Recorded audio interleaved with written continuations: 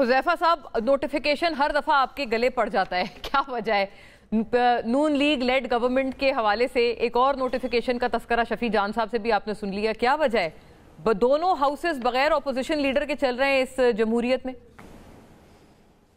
जी बहुत शुक्रिया मुना आलम साहिबा कि आपने जो मौजूदा सियासी सूरत हाल है उस पर हुकूमत का मौक़िफ़ जानने के लिए मुझे मदऊ किया।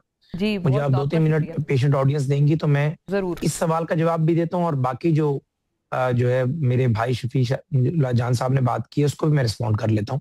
देखिए, पहली बात तो ये है कि बदकिस्मती है कि बार बार इस मुल्क में जो है मुख्तलिफ एहतजाज हुए, उसमें कभी आवाम का नुकसान हुआ, कभी गवर्नमेंट का नुकसान हुआ, लेकिन तहरीक इंसाफ जो है अब तक उससे सीख नहीं पाई।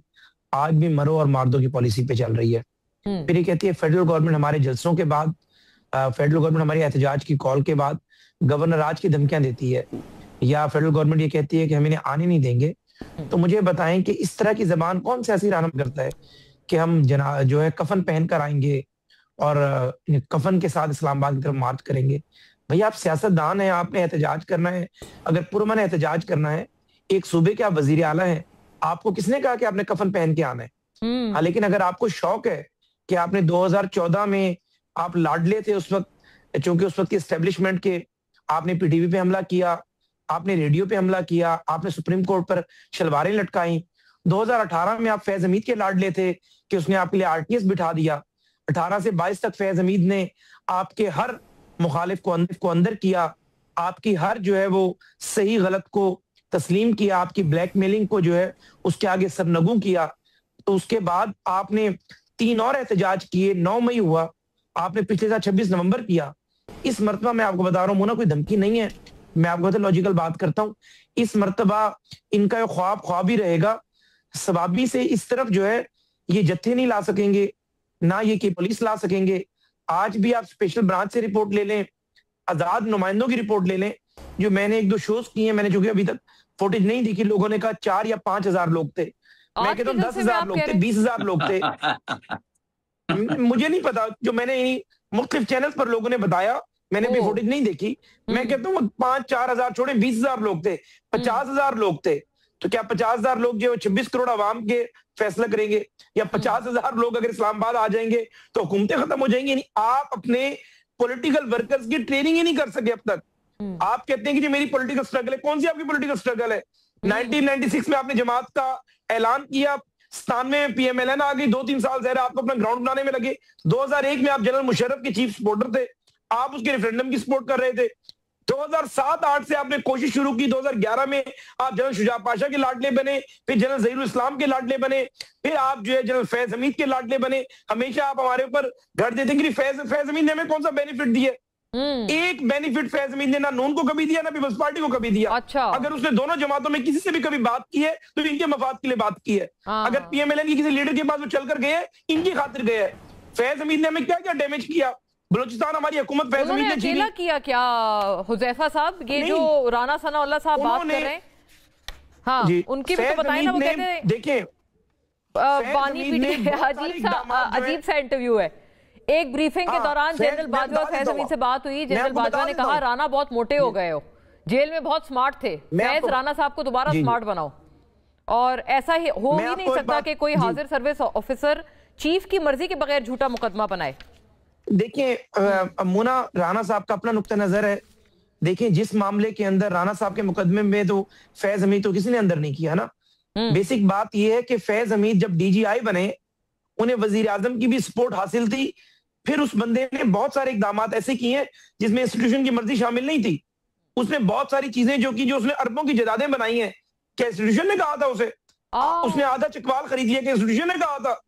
100 एकड़ यानी आप कह रहे हैं, आप राना साहब की इस बात से एक आप लॉजिकल इख्तिलाफ कर रहे हैं। आप कह रहे हैं कि उनको इंस्टीट्यूशन ने, यानी आप साफ कह रहे हैं ना, आप बाजवा साहब कह रहे हैं राना सनाउल्लाह के मामले में इंस्टीट्यूशन की मर्जी शामिल थी, इसीलिए फैज हमीद पे कोई केस नहीं बना।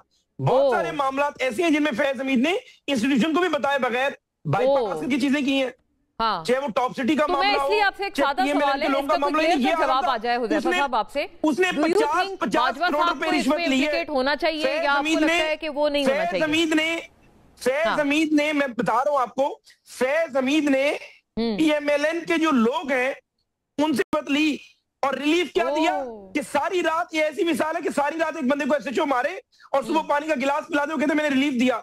अगर आपने पीएमएलएन के बंदे को 50 करोड़ रुपए रिश्वत लेकर और मुल्क से उसको जो है बाहर जाने दिया, कौन सा रिलीफ दिया आपने? आपने मीर शकील रहमान को अंदर किया, पीएमएलएन की पूरी लीडरशिप को मुल्क से जाने दिया। ये एक बहुत संगीन इल्जाम है जो कि आप अभी आयद कर रहे हैं हुज़ैफा साहब। हमने ये दिस इज ब्रेकिंग न्यूज, क्योंकि ये हमने किसी और दफा कहीं नहीं सुनी। कौन वो रहनुमा था जिनको 50 करोड़ रुपए लेके मुल्क से जाने दिया? फैज हमीद ने, मैं आपको ये बता रहा हूँ, फैज हमीद ने जो ये दावा कर रहे हैं ना, पिछले 48 घंटों से नैरेटिव बनाने की कोशिश कर रहे हैं कि फैज हमीद जो है वो पीएमएलएन की सहूलतकारी करता रहा, उसका मैं आपको जवाब दे रहा हूँ। फैज हमीद ने एक हमारी सहूलतकारी नहीं की। अगर हमारे किसी रहनुमा को रिलीफ दिया, रिलीफ भी किस हद तक कि उस बेचारे की बेल अगर कल खारिज होनी थी तो खारिज हो गई। उसने 50 करोड़ रुपए रिश्वत ली है। में गए थे ना लंदन, आप उनकी बात तो नहीं कर रहे? 1 अरब रुपए नहीं, हमारे बाकी जो सेकंड ईयर की बात कर रहा हूँ, हमारे कई एमएनए, मैं उन्हें जानता हूँ, कई हमारे आज के वुज़रा, कई हमारे लोग, फैज हमीद उन लोगों को सिर्फ ब्लैकमेल करता रहा, पीटीआई की सहूलतकारी करता रहा।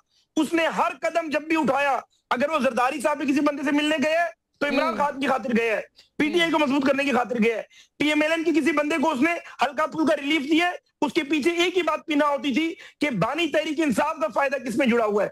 उसने आज तक कभी पीएमएलएन के किसी बंदे को कोई बेनिफिट नहीं दिया, कोई उसका हम पर एहसान नहीं है।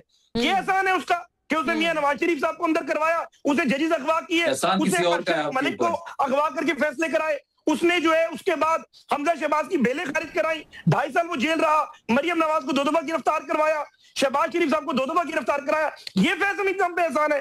फैज हमीद ने तो हमारे साथ जो सलूक किए, शहबाज साहब के हवाले से भी कहा जाता है कि उनको बाहर भेजा था, वो बात तो नहीं है? ये कोई सलमान शहबाज को बाहर नहीं भेजा था। सलमान शहबाज साहब का मुकद्दर था, अल्लाह ताला ने उन्हें इस गैज़ और गज़ब से बचाना था कि वो बाहर निकल गए, उनका नाम उस दिन ईसीएल में नहीं था। चले बड़ी तेज गुफ्तगू भी है, लेकिन बाजवा साहब के हवाले से जवाब नहीं मिला क्लियर कट। हुज़ैफा साहब, वापस आती हूँ।